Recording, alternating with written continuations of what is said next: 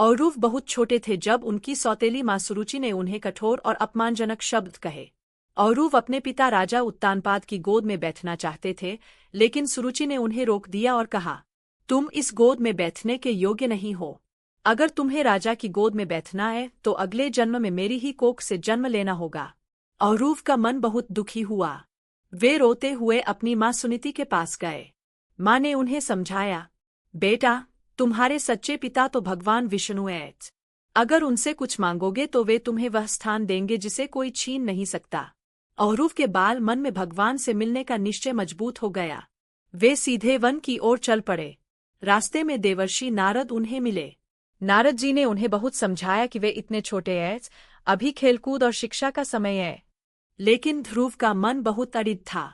उन्होंने नारद जी से कहा, मुनिवर, मैं अपने लक्ष्य से पीछे नहीं हटूंगा। मुझे भगवान से मिलना ही है। कृपया मुझे सही मार्ग बताइए। नारद मुनि ध्रुव के साहस और भक्ति से बहुत प्रसन्न हुए।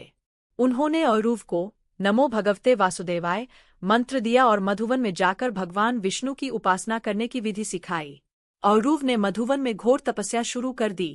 पहले महीने उन्होंने केवल फल खाए, दूसरे महीने केवल पत्ते खाए, तीसरे महीने केवल जल पिया, चौथे महीने केवल वायु से ही जीवन धारण किया, पांचवें महीने वे एक पैर पर खड़े होकर भगवान विष्णु का ध्यान करने लगे। औरुव की कठोर तपस्या से तीनों लोक हिलने लगे। देवता घबरा गए।